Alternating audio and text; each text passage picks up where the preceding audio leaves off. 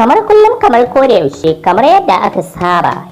Idan wannan ne na zuwan ka tashan mu na farko da na mana subscribing da alamar ƙararrawa. Mun gode.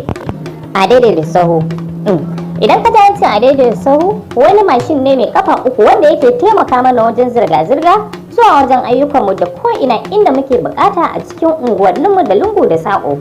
To, a kowane state ana amfani da shi a Najeriya. To madalla, za mu shiga cikin shirin. To, mu da yanan jihar Kano in ba ku manta ba akwai lokacin da haraji ya sa 'yan adaidaita sahu suka daina yin zirga-zirga na ayyukansu sakamakon wasu kuɗaɗe da gwamnatin jihar Kano ta sa musu har suka tafi yajin aiki.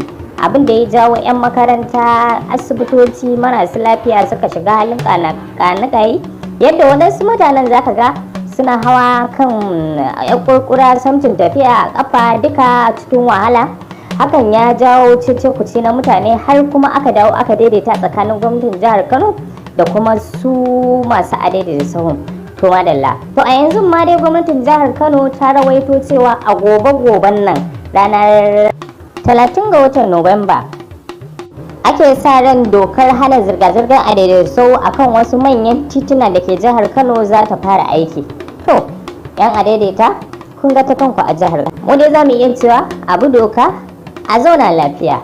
Madalla, mun gode. Ku danna subscribe kana da alamar ƙararrawa a cikin channel ɗinmu. Mun gode, za ku samu ƙayataccen shirye-shirye.